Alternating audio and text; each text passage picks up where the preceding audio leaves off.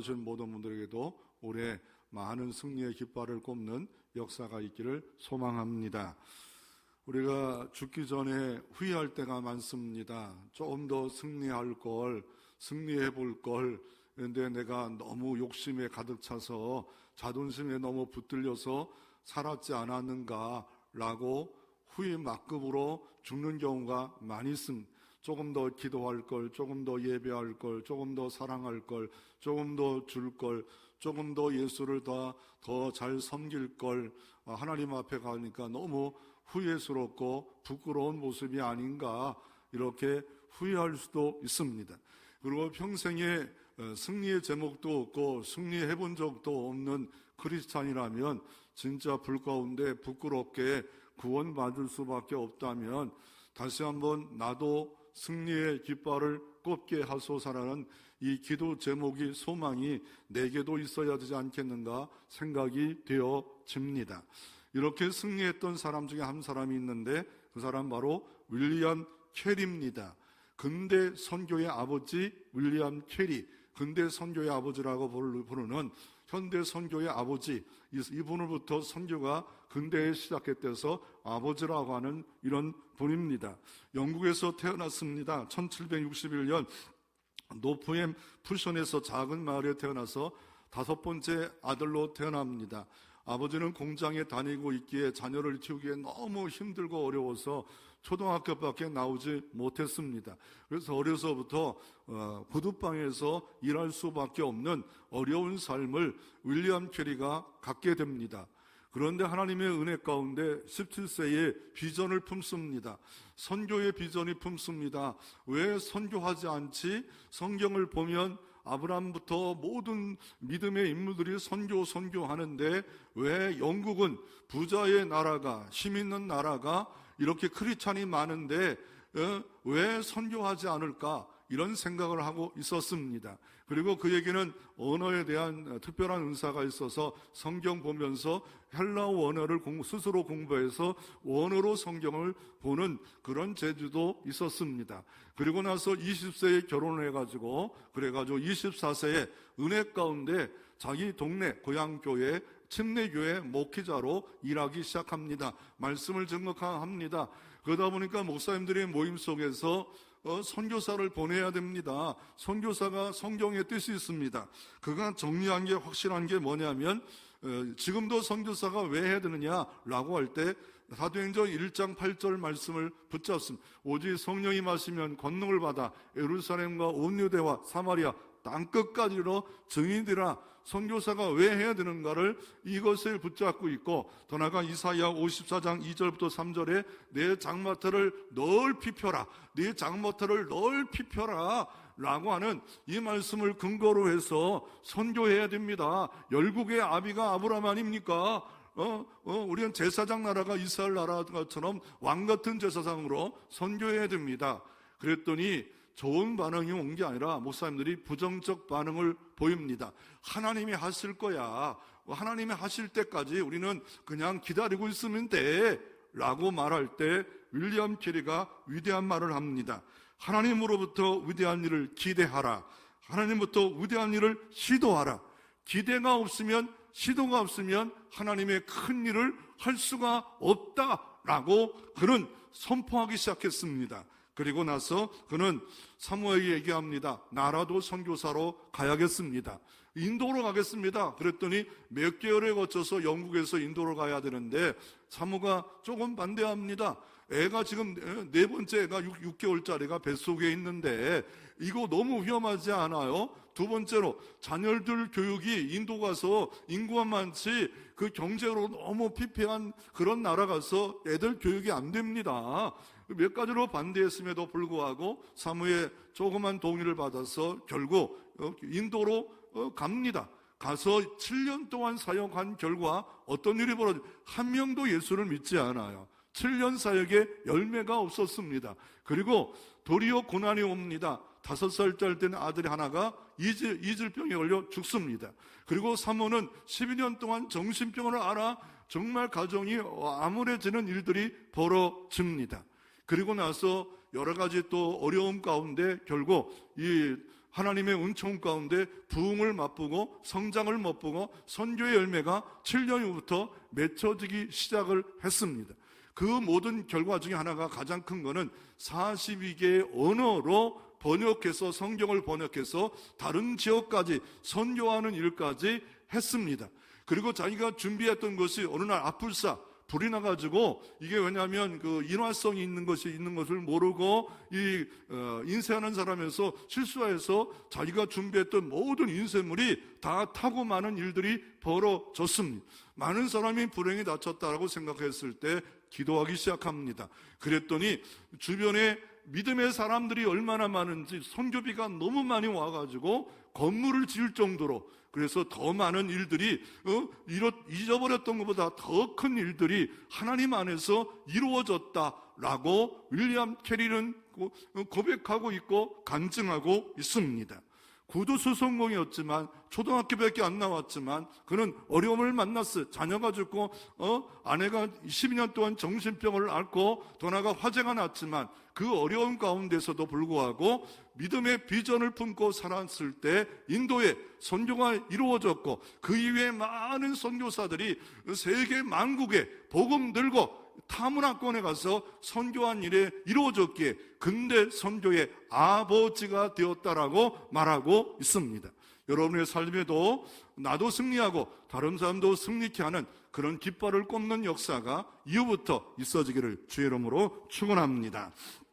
그러면 우리가 승리하는데 제 아들도 첫째 아들도 승리예요. 그냥 승리, 곽승리. 이 승리인데, 이 승리가 진짜 승리가 뭘까? 뭘 승리해야 될까? 어떻게 승리해야 될까? 그럴 때 그 생각을 좀 해보셔야 됩니다. 무엇을 승리해야 되겠습니까? 승리의 비밀은 뭡니까? 육신의 정욕에서 승리해야 됩니다. 안목의 정욕에서 승리해야 됩니다. 이생의 정욕에서 승리해야 됩니다. 정욕에 끌려가는 게 아니라 은혜에 끌리고 말씀에 끌려서 성령에 끌려서 승리하는 삶을 살아갈 필요가 있음을 말하고 있습니다. 이 많은 유혹은 이 빗나간 이 정욕, 이거는 우리에게도 언제든지 어느 때든지 다가올 수 있습니다. 아담을 넘어뜨렸고 하와를 넘어뜨렸고 그 사단과 귀신의 역사는 언제든지 어느 때든지 계속 되어지고 있습니다. 보는 것에서 승리해야 됩니다. 안목의 정욕, 이 보는 것 잘못 보면 결국 넘어집니다. 듣는 것 잘 들어야 되는데, 우리가 요한계시록 1장 3절에 마지막 때 예언의 말씀을 읽고 듣고 지키는 자가 복이 또다 하는데, 잘 들어야 되는데 영적 영음, 영감, 영역 이런 것으로 충만해서 죄를 이겨야 되는데 잘못 보고 잘못 들음으로 말미암아 방향을 잘못 잡아서 평생 실패자로, 패배자로 살아갈 수 있습니다. 성욕도 정당한 겁니다. 그러나 성욕이 잘못됐다는 방향을 잡음으로 말미암아 부부 사이에 이런 일에 대해서 거룩한 일이 아니다, 착각 가운데 빗나간 사랑을 하고 있다면 돌이킬 필요가 있습니다. 명역이 지나쳐가지고 교회 와서도 명역을 갖습니다. 교회는 직분을 준 거는 섬김의 직분입니다. 섬기라고 명예를 얻으라고 주는 직분이 아닌데, 내가 가진 것에 명예롭지 않으면 일을 하지 않으려고 하고 이런 마음을 갖고 있다면 아직도 십자가 정신으로 물들지 못해서 패배자로 직분을 감당하고 있음에도 불구하고 잘하고 있는 것처럼 착각하고 있는 것을 볼 수가 있습니다. 교회의 직분, 섬김의 직분이지 명예의 직분이 아닙니다. 일 안 하고 주는 겁니다. 충성하라고 주는 겁니다. 그러면 승리를 꿈꾸지만 어떻게 승리할 수 있을까요? 승리하는 삶의 모습은 어떨까요? 감사하고 있어요. 그 사람은 승리하고 있다면 범사에 감사하고 있고 예배드리고 있고 기도하고 있고 벌써 말이 달라요. 그러면 승리의 힘은 어디서 올까요? 뭔가 우리가 건너에 강이 있잖아요. 승리를 좀 해봐야 되는데 어떻게 승리할 수 있을까? 오늘 본문 역대하 13장을 통하여 승리의 깃발을 꼽는 비결, 방법, 패턴, 원리가 무엇일까요? 첫째로 승리의 힘의 근원은 어디서 왔냐면 하나님 의지할 때 오는 것을 볼 수가 있습니다. 오늘 역대하 13장 말씀에도 이렇게 말합니다. 13장 말씀에 18절에 그때 이스라엘 자손이 항복하고 유다 자손이 이겼으니 이는 그들의 조상의 하나님 여호와를 의지하였습니다. 여호와를 의지하는 것이 바로 승리를 맛볼 수 있는 비결입니다. 여호와를 의지하고 가장 중요한 것이 뭡니까? 예배입니다. 지금 상황은 어떻게 되어진 상황입니까? 이게 이스라엘 민족이 솔로몬 이후에 여로보암과 르호보암으로 북쪽 이스라엘 10지파와 남쪽 유다 2지파로 나눠졌습니다. 왜냐하면 여로보암이 다윗에게 뭔가 마음의 불만을 품고 애굽에 가서 다 준비하고 와서 이 솔로몬의 아들 르호보암 때 나라를 두 쪽으로 하는 쿠데타를 성공합니다. 불만을 품었던 이 사람이 와가지고 10지파를 쪼개가지고 르호보암 솔로몬 정통은 2지파밖에 안 됩니다. 하나님 그냥 나눠주시려면 5대5로 나누든지, 아니면 12지파니까 6대로 나누든지 7대로 나누든지 10지파 2지파로 왜 나눕니까? 결국 오늘 유다 지파가 승리하는데 숫자가 승리하는 비결이 아니라는 거예요. 하나님을 의지할 때 승리가 있는 거예요. 믿음의 사람은 하나님을 의지하는 거예요.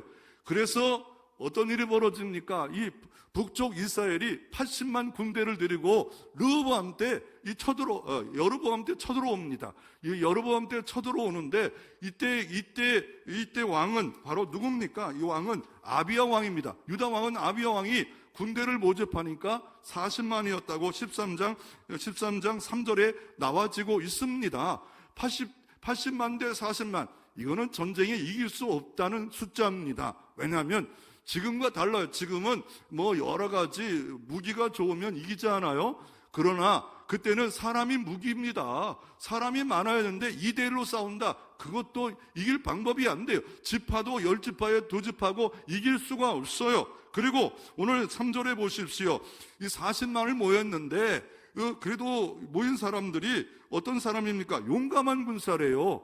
용감한 군사는 마음만 용감해도 군사가 되는 거예요. 근데 적들은 어떻습니까? 큰 용사라. 싸움이 준비된 용사야. 그러니까 뭔가 용감만 한다고 해서 싸우는 게 아니라 용사로 골리앗이 용사였더라. 용병이었더라. 이 사람은 일당 15을 이길 수 있는 그런 큰 용사였습니다.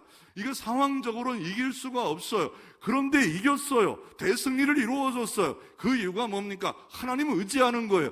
의지하는 사람 중에 가장 대표적인 크리스찬의 모습은 예배하는 거예요. 하나님께 예배하는 거예요. 신앙인이 하나님을 의지하는 거는 주를 성수하는 거예요. 그럴 때 하나님이 역사해 주십니다. 이들이 전쟁이 벌어지기 위해서 4절에 보면 아비야가 에브라임 산중 수마의 산 위에 서서 이르되, 두 나라가 이렇게 대치되어 있어요. 북쪽 유다와 남쪽 이스라엘과 함께 대치되었을 때 이 남쪽 유다의 아마사 왕이 말하는 것을 보면 믿음의 말을 합니다. 우리가 하나님의 축복받는 방법이 뭐냐면 다른 게 아니라 10절 11절에 보면 우리는 10절에 보십시오. 우리에게는 여호와께서 우리 하나님이 되신다. 왜냐하면 우리는 여호와의 제사장들이 있다. 내 사람들이 잘 수종되고 있다. 그리고 성전의 기능인 금초대 짐승병 떡을 아침마다 새벽마다 저녁마다 정성껏 드려지고 있다. 우리는 부족하고 연약해도 예배는 드리고 있다. 그러나 북쪽 이스라엘은 여로보암이 이게 나라를 나눴는데 사람들의 신앙이 하나가 안 돼요. 그래가지고 베델과 단에다가 금송아지를 만듭니다. 올해 신축년이 소외잖아요. 이 다산과 번영에 있던 애굽에 있었던 그 신 하나를, 금송아지를 베델과 단에다가 신을 만들고 하나님처럼 형상을 만들어 놓고 예배하지만 우상이었습니다. 하나님 기뻐하지 않은 방법으로 여로보암은 그렇게 했고, 제사장도 마음대로 막 세우고 갈아치우고 이렇게 함으로 말미암아 너희들 예배는 엉망진창이다. 하나님의 복을 받을 수가 없고 여호와는 우리 편이다. 우리 하나님이다. 라고 말하고 있습니다. 예배 중에 찬송이 있지 않아요? 왜 찬송이 중요합니까?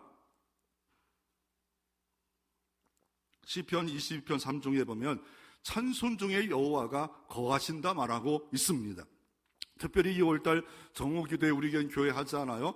그때 말씀 붙잡고 5분만 기도하는 게 아니라 찬송까지 하는 이유가 찬송 중에 거하시는 여호와이기 때문에 내 가정에 부흥을 주시옵소서. 이 가정 부흥이 교회 부흥입니다. 그래서 찬양의 유튜브를 통해서 하든지 가사를 보면서 묵상하면서 하든지 가사 하나가 다 이게 은혜가 있죠. 너 시험을 당해 범죄치 말고, 이 가사 하나가 우리가 시험 중에 또 이길 가사가 있지 않아요? 마귀들과 싸울. 그러므로 이 기도예요. 찬양은 기도예요. 그럴 때 찬송 중에 주님 거하시고 두세 사람이 내 힘으로 모여 기도하고 예배하는 중에 주님 거하신다고 하기 때문에 우리는 이긴다, 이겼습니다. 이기는 역사가 이루어졌고, 다윗도요 하나님이 힘이 어디서 오는 것을 고백하잖아요. 시편 18편 1절 3절에 나의 힘이 되신 여호와여 내가 주를 사랑하이다. 여호와는 나의 반석이요 나의 요새요 나의 바위요 나의 구원의 뿌리요 찬송받을 여호와께 하리니 내가 내 원수들에게 구원을 얻으리로다. 바로 찬송 중에 거하시고 예배 중에 거하시는 하나님, 만남이 있으면 이 만남을 통하여 여러분 가정이, 자녀가 복이 임할 줄로 믿습니다. 예배에 주님 만나면 은총이 임합니다. 승리가 임합니다. 그리고 하나님을 의지하고 기도와 나팔을 이스라엘민족, 유다민족이 아비야가 하는 것을 볼 수가 있습니다. 자꾸 아비야, 아바사 막 헷갈리네. 말이 왔다 갔다 하네요. 이 아비야입니다. 이 구약의 인물들은 참 너무 많아요. 어떻게 합니까? 적들이 지금 진열을 치고 있을 때 어떻게 합니까? 14절 말씀에 보니까, 14절 말씀에 오늘 성경에 보니까 어떻게 합니까? 이들이 어떤 모습으로 하나님께 서 있습니까? 이들이 어떻게 합니까? 유다 사람이 뒤를 돌아봐 자기 앞뒤에 적병으로 말미암아, 이 적병이 아마샤가 좋은 말하고 은혜로운 말을 하고 있는데 이 적병 여로보암은 더 이게 대단한 분인 것 같아. 그래가지고 야 떠들면 떠들어라. 그래가지고 복병을 쳐가지고 앞뒤를 딱 막아버려요. 80만을 40만을 다 막아버리니까, 그럴 때 이스라엘 민족이 어떻게 해야 돼요? 보통 때 같으면 원망합니다. 보통 때는 진퇴양난이다. 우리는 도망쳐야 된다. 살 길이 없다. 저들은 큰 용사다. 이렇게 원망하고 불평할 그들이 어떻게 행동합니까? 오늘 본문의 말씀해 보니까 적병으로 말미암아 유다 사람들이 어떻게 했다고요? 여호와께 부르짖었더라. 여러분, 이게 금방 나오는 게 아니에요. 평상시 부르짖는 삶이 있을 때 어려움과 위기가 만나면 부르짖는 거예요. 이 유다 사람들은 나라는 이렇게 어려움을 당하고 시련당하고 있지만 여호와께 부르짖는 일들을 하고 있었어요. 왜요? 이거는 아닙니다. 한 민족입니다. 이렇게 분단돼서 나눌 수가 없습니다. 저들은 예배가 엉망입니다. 그랬더니 이들 앞에서도 여호와께 부르짖어요. 기도로 부르짖어요. 기도로 하나님께 의지해요. 그리고 또 어떻게 합니까? 제사장들은 야 나라도 도망가자. 아니 뭐 살아야 제사장 일들을 하는 것이지. 이래고 나팔을 놓고 모든 걸 놓고 도망갈 수 있었지만 제사장들은 뚜뚜뚜뚜 나팔을 붑니다.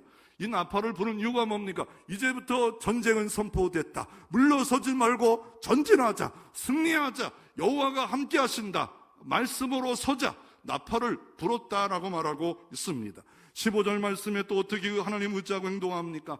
유다 사람들이 소리 지를 때에 하나님께서 여로보암과 온 이스라엘 아비야와 유다 앞에 치시니, 믿음의 사람들이 함성을 부릅니다. 할렐루야 했던지 아멘 했던지 여호와 니시 했던지, 또 이 사람들이 소리를 지를 때 어떤 일이 벌어집니까? 여호와께서 치시기 시작하였더라. 믿음으로 찬양을 소리를 지를 때 하나님께서 치시기 시작하였더라. 승리가 이루어지기 시작하였더라.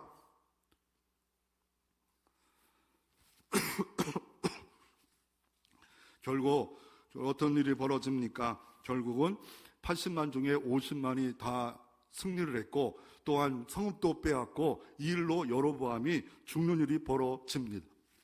오늘 성경에 또 하나 하나님을 의지했던 복을 받았던 이유가 뭐냐면 2절을 보십시오. 1절을 보십시오. 여로보암 18대의 아비야가 유다 왕이 되고, 근데 왜 이걸 기록합니까? 이게 역사 기록법입니다. 유다 지파의 왕이 되는데 반대에 있는 사람들이 바로 여로보암을 기록하는 것이 열왕기상이나 역대기에 이렇게 기록법인데, 여로보암이 18째 되었고 아비야가 유다왕이 돼 3년이에요. 이걸 기록한 이유가 뭐예요? 18년 동안 통치하면 안전하게 그래도 오랜 세월 했잖아요. 이제 아비야는 3년입니다. 짧아요. 준비할 기회가 없습니다. 그리고 나서 그러나 문제는 뭡니까? 그의 어머니 이름은 미가요, 기브라 사람 우리의 딸이요, 아비야가 여로보암과 더불어 싸울 때, 이걸 말한 이유는 뭐냐면요, 다윗의 그 아들 압살롬의 그 딸이 바로 이 아비야의 부인이었다는 신앙의 정통성을 말하고 있고 신앙으로 키웠다는 거예요. 중요한 게 뭐냐면 유다 사람들, 이스라엘 사람들은요, 어머니가 유대인이면 유대인이에요. 어머니가 말씀 보고, 어머니가 기도하고, 어머니가 예배하고, 어머니의 신앙이 자식에게 전수되는 거예요. 그래서 이 축복받았던 이유가 여기입니다. 여기에 있음을 말하고 있습니다. 또 이게 여기에 잠깐 숨겨져 있지만 내 어머니의 역할, 기도하는 어머니, 가정 복음화를 위해서 힘쓰는 어머니가 되라라고 말하고 있습니다. 이런 승리를 맛봤던 사람이 미국의 16대 대통령 에브람 링컨입니다. 이분이 노예 해방을 하자니까 이건 아니다, 이건 뭐 말도 안 된다. 이 영국의 윌리퍼스가 노예 해방을 했다면 미국의 가장 존경받는 에브람 링컨이 그렇게 노예 해방을 하자니까, 같이 믿는 사람이고 믿음의 국가지만 전쟁이 벌어져요. 그럴 때 숫자적으로, 군사적으로는 에브람 링컨이 이길 수가 없었습니다. 그러나 이김의 방법은 뭐냐면, 전쟁터에서도 이 사람은 막사에다가 하얀 깃발을 꼽아놓고 수건을 놓고, 이때는 나를 건드리지 말라, 여호와의 지성소 들어가서 주님을 만나는 시간이다, 은혜의 시간이다, 나를 건드리지 말라. 그랬을 때 질 수밖에 없는 환경이지만 에브람 링컨은 이겼습니다. 승리했습니다. 노예를 해방했습니다. 가장 존경받는 인물 에브람 링컨이 되었습니다. 왜 이렇게 존경받는 인물이 되었냐고 말할 때, 나는 수도 없는 실패를, 그거를 무시하지 않았고 실패를 디딤돌로 삼았기 때문에 존경받는 인물이 되었다. 고난과 역경이 도리어 내게 복이 되었다라고 그는 말하면서 승리의 삶을 살았던 대표적 인물 에브람 링컨입니다. 죄의 심판 가운데도 하나님을 의지하고 회개하면 은총을 받는 역사가 일어났습니다. 히스기 아들이 므낫세입니다. 믿음이 좋은 아버지인데 나중에 죽을 병이 걸렸을 때, 생명이 연장됐을 때 그때는 대충 살았던 것 같아요. 그래서 그때 낳은 아들 중 하나가 므낫세인데, 이 므낫세가 아하방만큼 악해요. 아하방보다 가장 악한 왕인데 이 므낫세가 두 번째 악한 왕이에요. 그래가지고 포로로 잡혀가는 그런 비극을 당합니다. 그런데 이 사람이 중요했던 것이 뭐냐면, 포로 잡혀가서 자포자기하지 않았어요. 하나님께 스스로 크게 겸비했다. 뭡니까? 이 문제 내 문제입니다. 이 나라 문제 내 문제입니다. 내가 잘못했습니다. 내가 실수했습니다. 내가 오두방정을 피웠습니다. 나 때문에 문제입니다. 내 문제입니다. 내가 문제입니다. 내가 문제입니다. 이 나라의 코로나, 전 세계 문제, 교회의 모든 문제 내 문제입니다. 크게 겸손하고 간절히 하나님을 의지했더니 므낫세의 자리를 회복하여 다시 돌아와서 하나님의 회복의 역사를 체험했던 사람이 므낫세입니다. 그래서 마지막 33장 13절 이렇게 말합니다. 그가 예루살렘에 돌아와서 다시 왕위에 앉게 하심에 므낫세가 그제서야 여호와께서 하나님이신 줄을 알았더라. 그제서야 여호와가 하나님인 줄 알았더라. 여러분 가운데, 가정 가운데 고통이 있습니까? 고난이 있습니까? 이것 때문에 스스로 겸비해, 크게 겸손해 하나님을 의지하면 하나님을 회복하고, 그제서야 하나님인 것을 고백하는 역사가 여러분 가정에도 자녀에도 있기를 주의 이름으로 축원합니다. 두려움 가운데 다윗도 어려움을 만납니다. 다윗은 하나님의 마음을 합한 자요, 골리앗을 이긴 자요, 좋은 업적이 있었음에도 불구하고 다윗에게도 어려움이 있었습니다. 실패도 있었습니다. 가는 자입니다. 그리고 시편 3편에 보면 표제가 있어요. 1편, 2편은 표제가 없어요. 근데 시편은 표제가 있는 게 이게 조금 좋아요. 뭡니까? 언제 썼습니까? 압살롬의 난, 자기 아들의 난입니다. 자기 아들이 자기를 죽이려고 덤벼드는 그 난 가운데 시편 3편에 보면 다윗이 승리했던 방법이 뭡니까? 그렇게 어렵고 힘들지만 8절에 이렇게 말합니다. 구원은 여호와께 있사오니 주의 복을 주의 백성에게 내리소서. 압살롬이 막 쿠데타를 일으키고 인기를 얻어가지고 다윗 못된 사람이야 해가지고 다 이겼어요. 다 승리했어요. 그래가지고 도망칠 때 옆에 있는 사람이 이렇게 말합니다. 우리가 이기려면 법궤라도 가지고 가옵소서. 다윗은 딱 중심이 딱 됐어요. 법궤를 가지고 간다고 이기는 게 아니다. 우리가 하나님께 내가 있으면 이길 것이고, 그리고 아들과 전쟁도 하지 않아요. 그리고 하나님만 바라봅니다. 의지합니다. 그랬더니 다윗이 이기고 점점 강성하는 다윗이 되었더라 라고 다윗을 말씀하고 있습니다. 구원은 여호와께 있습니다. 승리도 여호와께 있습니다. 6.25 전쟁에도 도우시는 하나님을 만날 수 있지 않습니까? 메가더 장군이 인천 상륙 작전을 한다니까 다 반대했어요. 이거 확률은 5,000분의 1이다. 그래가지고 결국 기도 가운데 내게 맡겨라. 그리고 기도 가운데 들어와서 이겼기 때문에 이 뭡니까 대동강에서 이 부산과 마산을 조금만 지나면 끝장날 수밖에 없는 그런 위기 가운데 중간을 딱 뚫고 들어왔어요. 부산 가면 여기 메가더 장군의 기념 동산 가면 옆에 뭐가 있냐면 언더우드 아펜설러에 선교비가 있어요. 야, 여기 보면 은혜가 충만해요. 야, 여기 언더우드 앞에서 내리감리교회가 있고, 야, 하나님께서 이게 해주셨다. 그 이김이 어디서 등장하냐면요, 모세부터 등장하는 모습이 있어요. 여호와 니스의 깃발을 제단을 쌓고 깃발을 꼽았더라 라고 말합니다. 언제 그렇습니까? 르비딤에 일어나니까 이스라엘 민족이 엄청난 기적을 맛보고 이적을 맛보고, 그들의 습관은 탁 하면 원망의 말을 하는 거예요. 물도 없어. 그럴 때 아멜렉이 그 원망의 소리를 듣고 마귀가 그 사람을 붙잡으려고 승리하고 쳐들어옵니다. 그럴 때 모세는 믿음의 사람입니다. 산에 올라가 기도했더니 여호수아 장군이 나가서 이스라엘 민족이 이겼더라. 손이 내리면 졌더라. 기도의 소리 올리면 이겼더라. 기도의 소리 내리면 졌더라. 그러니까 아론과 훌이 옆에서 보니까 기도하니까 이겨요. 그래가지고 돌을 갖다 놓고 모세가 지팡이를 잡고 손을 올려서 이렇게 할 때 계속 이겼더라. 지팡이는 뭡니까? 그 아무것도 안 하는 지팡이요. 하나님의 지팡이가 되고 그를 붙잡고 하나님 함께 해주세요. 그럴 때 질 수밖에 없는 그 적들은 힘이 있는 아멜렉이었지만, 에서의 후예였지만, 용감한 사냥꾼의 후예였지만, 결국 이스라엘 민족이 이기고 그다가 제단을 쌓았는데 여호와 니스의 제단을 쌓았더라. 여호와 니스의 뜻, 여호와의 깃발입니다. 승리의 깃발입니다. 우리가 다시 한번 내가 불평하고 원망할 때 아멜렉이 쳐들어와요. 시험이 더 들어요. 그럴 때 기도만이 승리입니다. 그럴 때 여호와 니스의 깃발을 꼽을 수가 있습니다. 잠언서 21장 31절에 이렇게 말합니다. 싸울 날을 위하여 마병을 예비하거니와 이김은 여호와께 있느니라. 말을 인간은 준비하지만 이김은 여호와께 있느니라 라고 솔로몬은 말을 하고 있습니다.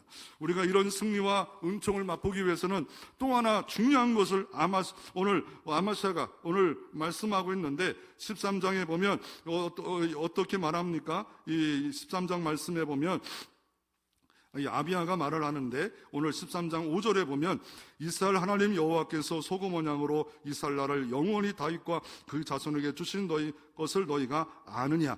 소금 언약을 말합니다. 소금은 여러분 먹는 소금이에요. 근데 이 소금 언약이 뭡니까? 소금 언약 속에 있는 비밀이 뭡니까? 아비야가 이거부터 말을 해요. 소금 언약이라는 게 뭐예요? 언약이라는 게 뭡니까? 언약은 이스라엘 민족이 자격이 없음에도 불구하고 너희는 내 백성이 되고 너희는 내가 하나님 되리라 라고 했던 것이 언약입니다. 이스라엘 민족이 불평할 거 알아요. 원망할 거 알아요. 자꾸 이상한 딴짓거릴 거 알아요. 그럼에도 불구하고 언약을 해버렸어요. 이게 아브라함 언약, 노아 언약, 쭉 언약인데 소금 언약을 말합니다. 왜 소금을 칩니까? 모든 예배에 소금을 칩니다. 레위기 2장 3절에 내 모든 소제물을 소금을 치라. 내 하나님의 언약을 소금을 내 소제에 빼지 못할지니 내 모든 예물에 소금을 드릴지니라. 번제단의 옆에 아주 소금통이 있어서 여기다가 황소를 드리고 염소를 다 드려도 소금을 꼭 쳐야 돼요. 소금을 치라. 왜 소금 언약입니까? 그 이유를 민수기 18장에 더 자세히 기록되어져 있습니다. 그 이유는 이렇게 말합니다. 이스라엘 자손이 여호와께 거제를 드리는 모든 성물은 내가 영관 모구의 음식으로 너와 내 자손에게 주느니 이는 여호와 앞에 너와 내 후손에게 영원한 소금의 언약이나. 누구에게 말하고 있냐면요, 레위지파에게 말하는 거예요. 레위지파에게 뭘 말하면, 레위지파는 하나님의 일하는 사람으로서 11지파처럼 땅이 없고 몫이 없어요. 그러니까 11지파가 11조 내고 헌금 내서 10지파가 먹어야 된다 하면서 하나님 앞에 양을 드리면 거제로 들어서 올린다. 들어서 올려서 이건 여호와의 제사장 목이다. 그러면서 내 자녀에게 주고 내 자손에게 준다. 이게 소금 언약이라는 거예요. 그러면서 이렇게 말합니다. 너에게 목이 없지만 여호와가 너의 목이다. 여호와가 너의 기업이다. 여호와가 책임져 줄 것이다. 그러면서 성전과 구원받은 백성들이 있을 때 이런 역사에 놀라운 일들이 벌어질 것을 말씀하면서 성전이 있고 또 재물이 드려져야 하잖아요. 그럴 때 너희들은 풍성하게 넘치게 먹고 살 수 있을 것이다. 그런데 문제는 뭐예요? 바벨론 70년 때 성전이 무너져 버렸어요. 예배를 못 드려요. 더 나아가 로마가 AD 70년에 디도장고림으로 성전이 다 무너져 버렸어요. 제사를 못 드려요. 지금도 못 드려요. 그런데 이 언약이 뭐로 바뀝니까? 이 언약이, 소금 언약이 바로 십자가 언약으로 바뀌어집니다. 주님이 황소와 염소로 오는 모든 죄를 영원히 속죄하지 못하고 또 죄를 범하면 또 이것을 드려야 되는데, 하나님의 아들 독생자가 단번에 십자가의 죽으심으로 말미암아 단번에 완전하게 모든 죄를 속죄하고 덮어버렸다. 다 이루었다. 그리고 히브리서 10장 20절 다 설명에 너무 시간이 들어서 설명할 수, 10장 20절에 주님은 휘장을 찢어놓으시고 죽는 순간에 그 길, 산길을 주님이 만들어 놓으셨다. 그것이 영원한 언약이니라. 십자가 언약이니라. 뭡니까? 소금 언약을 말한 이유가 뭐예요? 하나님, 나는 뻔뻔합니다. 나는 아버지 느부갓보다 못하고 솔로몬도 못하고 다윗보다 못함. 신앙이 엉망이에요. 그래도 언약을 붙잡아요. 십자가를 붙잡아요. 어렵나고 위기당할 때마다 우리가 기도할 이유가 뭐예요? 예배할 이유가 뭐예요? 내가 잘해서, 내가 의로워서? 아니에요. 왜요? 우리는 너무 부족하고 너무 엉망이에요. 시편 78편에 보면 주님께 아첨해요. 나 잘할 거예요. 나 기도 잘할 거예요. 나 예배 잘할 거예요. 나 그렇지만 어떻게 해요? 조금만 어려움이 있으면 뒤로 물러서고 원망하고 불평하고 이렇게 하지만 구속자 하나님이 영원히 함께한다. 시편 78편 말씀이 그런 말이에요. 그러므로 우리는 잘나서 의로워서 언약을 붙잡는 게 부족하니까, 연약하니까 십자가 붙잡는 거예요. 그래서 소금 언약이라 말하는 거예요. 영원히 변하지 않은 하나님의 언약 때문에 구원받았다. 소금 언약 때문에 내가 너희들 편에 될 것이다. 그래서 신약의 마태복음 5장에 보면요, 너희는 세상의 소금이요 너희는 세상의 빛이라 하는데, 우리가 오해하지 마세요. 먼저는 소금이 되라가 옳다고 생각하지 마세요. 소금이다. 나는 벌써 소금이다. 내가 소금이 된 게 아니라 주님의 소금 언약 때문에 하나님의 자녀가 된 거예요. 되어가는 건 나중에 문제예요. 소금이 됐어요. 빛이 됐어요. 나는 벌써 소금이에요. 소금. 세상에 가서 하나님 자녀가 되었기에 소금이 돼서 십자가 붙잡으면 주님 안에 승리가 내 안으로, 내 복으로 이루어지는 것을 믿으시기를 바랍니다. 그래서 고린도전서 1장 30절에도 고린도 교회는 문제가 많아요. 당짓고 시험. 그 교회가 바로 그리스도의 그 항구 도시로, 경제 도시로, 우상의 도시로 문제가 많아요. 그런 교회에 세워진 교회에 고린도전서 1장 30절에 바울은 이렇게 말합니다. 너희는 하나님으로부터 거듭나서 그리스도 예수 안에 있고, 문제가 많더라도 예수 안에 있대요. 예수는 하나님부터 나와서 우리에게 지혜를 주시고 의로움을 주시고 거룩함과 구원이 되셨어요. 예수가 내주하면 우리는 칭의를 얻은 거예요. 구원을 얻은 거예요. 하나님 지혜를 얻은 거예요. 내주하시는 주님이 계시면, 주님이 내 안에 계시면 나는 죽었어요. 예수가 살았어요. 구원이 된 거예요. 자녀가 된 거예요. 소금이 된 거예요. 빛이 된 거예요. 되어가는 거는 나중에 하는 삶이에요. 두 번째로, 이 전쟁 가운데 이길 수 있는 것은 뭐냐면 말입니다. 오늘 40만과 80만 싸움에 질 수밖에 없습니다. 10지파 때 2지파는 질 수밖에 없습니다. 그럴 때 어떻게 합니까? 이 아비야는 노련한 그 여로보암 왕도 압니다. 그럼에도 불구하고 그는 하나님 앞에 붙잡고 많은 사람 앞에 하나님의 위대하심, 하나님은 소금의 언약을 지키시는 하나님, 위대하신 하나님, 예배를 말하고 기도를 말하고 하나님께 말로 승리합니다. 리더자는 말을 잘해야 돼요. 말에 승리가 있는 겁니다. 말에 하나님의 은총이 있는 겁니다. 이 말을 통해서 승리했던 사람이 누굽니까? 이 말을 통해서 이 승리를 맛봤던 사람이 누구냐면, 바로 다윗입니다. 골리앗과 이 블레셋과 싸우는데 이스라엘 민족 전체가 나갔는데 2m 96이고 큰 용사라 나가 싸울 사람이 없어요. 아버지 신부로 왔던 다윗이 가서 봤더니 하나님을 욕되게 합니다. 그럴 때 다윗이 자기가 가지고 있는 성실했던 무기, 돌 같은 거, 그것만 의지한 게 아니에요. 나갈 때 뭐랍니까? 그가 이렇게 말합니다. 만군의 여호와 이름으로 나아가노니.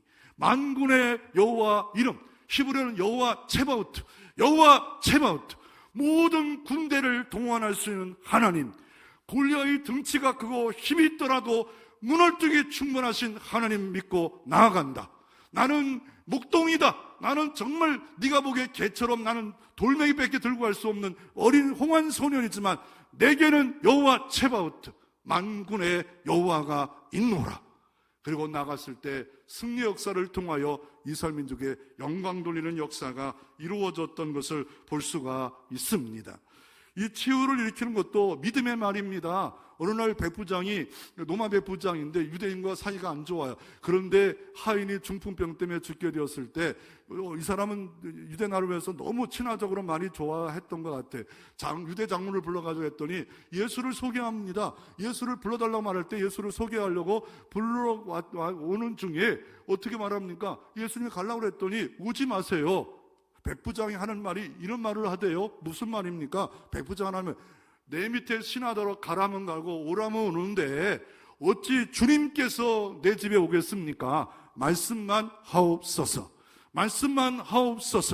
주님에 대한 바른 고백이 있어요. 인정이 있어요. 그럴 때 이만한 믿음을 본 적이 없도다. 그 즉시로 그 하인의 병이 나았더라. 여러분을 주님을 높이는 말, 주님을 찬양하는 말, 이 말을 통하여 오늘도 어제나 동일하신 주님이 즉시로 해결과 치료 역사도 일어날 줄로 믿습니다. 즉시로 그 병이 나아지니라. 야, 이만한 수로보 여인도, 야, 너는 이방 여인인데 네 자녀의 문제 어떻게 내가 이방인 줄 수 없다. 자녀의 떡에 떨어진 상도 개들도 먹습니다. 저는 개입니다. 그럴 때 이만한 믿음이 없도다. 이만한 말이 없도다. 믿음의 사람들이 봉사를 많이 합니다. 여러 직책을 감당합니다. 그런데 말을 부정적으로, 비판적으로, 험단적으로 함으로 말미암아 문제가 있습니다. 야당, 여당이 막 비판합니다. 서로 바꿔보고 그렇지 않으면 이해할 수가 없어요. 남편과 아내도 바꿔보면 이해가 될 수 없는 부분이 있어요. 자녀와 아버지도 서로 나이가 들어봐야 알지 그렇지 않으면 모르는 것도 있어요. 목사와 교인들도 마찬가지예요. 자기가 그 입장에 내려와봐야, 목회자 입장에 들어서봐야 이해되는 부분이 있는데 다 이해하는 것처럼 평가하고 판단하고 헌담하면 일들을 못해요. 결국은 이 기도는 기적을 일으킵니다. 성경이 이렇게 말합니다. 이게 마가복음 11장 23절 이렇게 말합니다. 내가 진실로 너희로니 누구든지 이 산더러 들려 바다에 던지라 하면 그 말하는 것을 이룰 줄 믿고 마음에 의심치 않으면 그대로 되리라. 아멘. 문제가 있습니까? 태산의 문제를 하나님 믿고 말하래요. 그러면 그대로 된대요. 이거는 우리에게도 약속하신 말씀입니다. 이사야 57장 19절 이렇게 말합니다. 입술의 열매를 창조하는 자 여호와가 말하노라.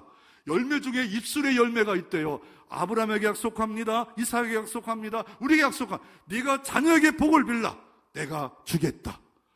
내가 믿음으로 선포하라. 그러면 내가 이루어 주겠다.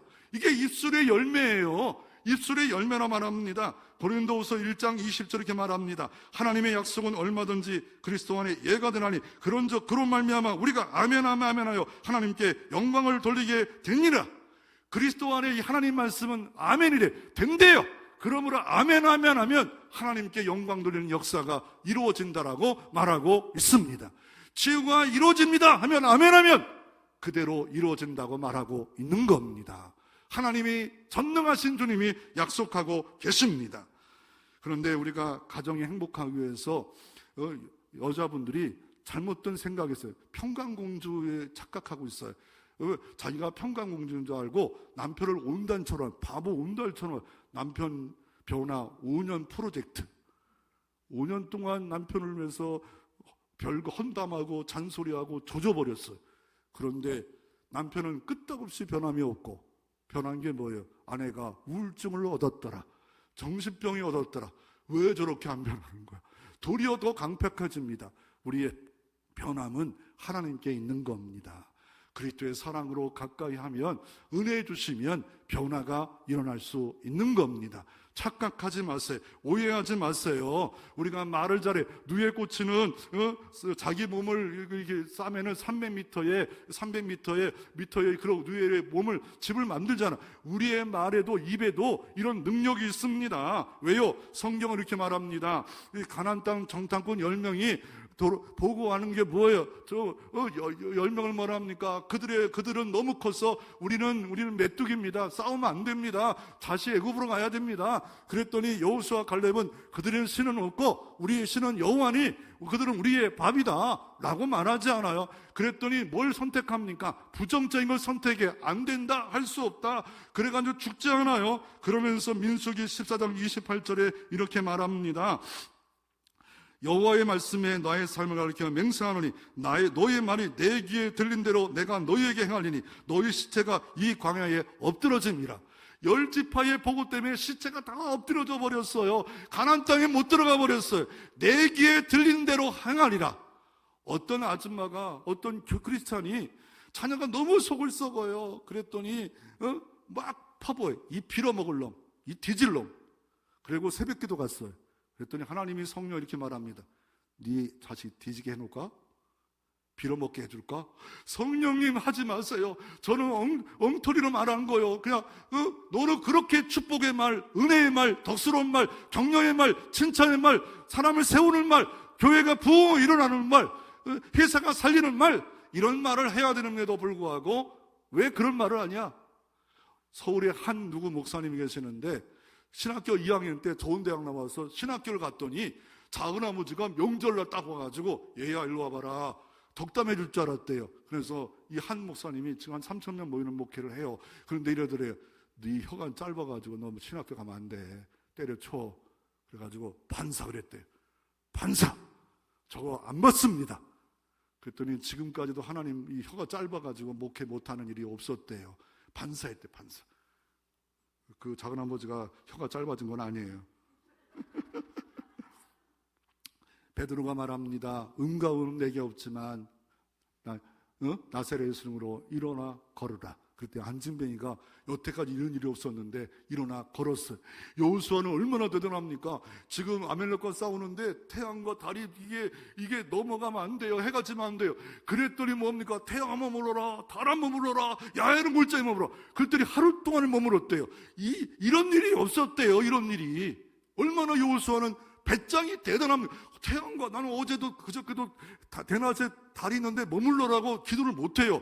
근데 머물렀어요. 얼마나 배짱. 이전에도 이후에도 없었더라. 루즈벨트라는 대통령이 미국의 13대 대통령이었는데 그가 자녀 5명이 그 가정에 있었는데 이 루즈벨트가 어렸을 때부터 천식과 호흡곤란을 너무 힘들게 커요. 너무 부지런히 같아요. 그래가지고 아버지가 5 나무를 주면서 누가 잘 키우는가 1년 동안 보자. 그런데 루즈벨트가 잘 컸어요. 그 칭찬을 엄청 해줬어요. 그때 길을 얻었는데 나중에 보니까 아버지가 그 나무를 막 키운 거예요. 제일 작은 나무였는데 물 주고 영양분 주니까 쑥쑥 1년 만에 자라간 거예요. 아버지의 경력 때문에 대통령이 된 거예요. 나중에 소아마비가 와가지고 있을 때 아내가 나는 소아마비 때문에 이 휠체어 타고 다니는데 나는 못한다. 그럴 때 내가 당신을 휠체어 때문에 내가 남편의 안 모실 줄 알아요? 아닙니다. 그런 경력 때문에 미국의 경제공황, 세계공황에 있었던 그것을 이겼던 존경받는 인물이 되어졌다라고 말하고 있습니다. 여러분의 말은 어떻습니까?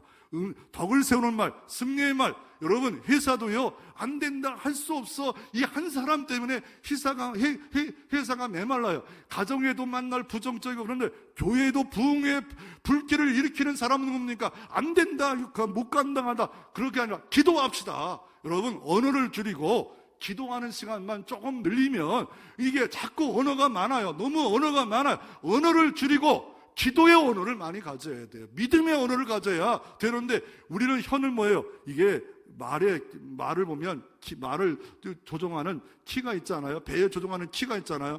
그와 마찬가지로 그냥 둬버리면요, 이 말은 막 달리고 마음대로 말을 해요. 통제하지 않으면 영광 돌리는 말, 덕스러운 말, 은혜의 말, 사람을 살리는 말, 교회를 살리는 말, 목회자에게 힘을 주는 말, 일꾼들에게 힘을 주는 말, 덕스러운 말, 칭찬의 말, 격려의 말, 이것이 교회가 잘 되고 가정이 되고 여러분 잘 될 줄로 믿으시기를 바랍니다.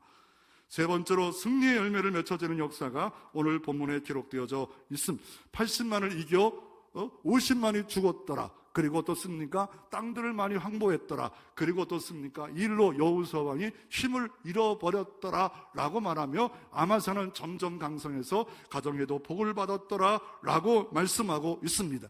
승리의 원인은 뭡니까? 철저히 어느 때든지 하나님 의지하고 예배드리고 부르짖고 믿음으로 말하고 언약을 십자가를 붙잡을 때 오늘도 승리의 열매가 이루어질 줄로 믿습니다.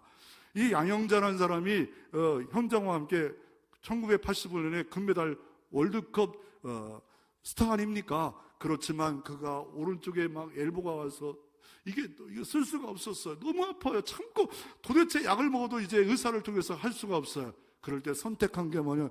기도원 가서 하나님 살려주세요. 하나님 불쌍히 여주세요. 치료해서 낫대요.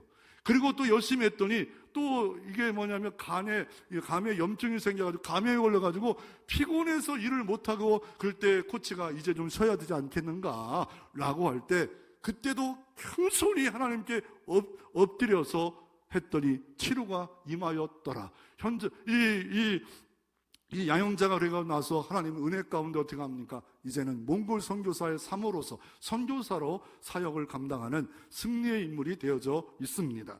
우리는 이 공식을 꼭 잊지 마십시오. 역대하상 4장 9절부터 10절입니다. 야베스는 태어날 때부터 고통스러운 이름을 갖고 태어났습니다. 고통의 환경입니다. 어려운 환경입니다. 그러나 접속사가 있어요. 그러나 야베스는 하나님을 의지하고 그러므로 부르짖었더라. 그래서 어떻게 했대요?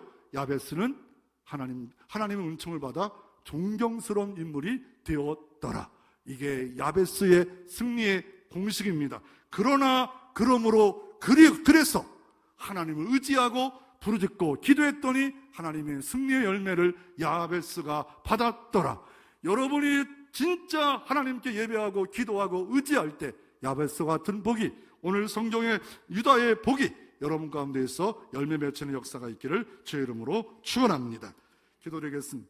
하나님,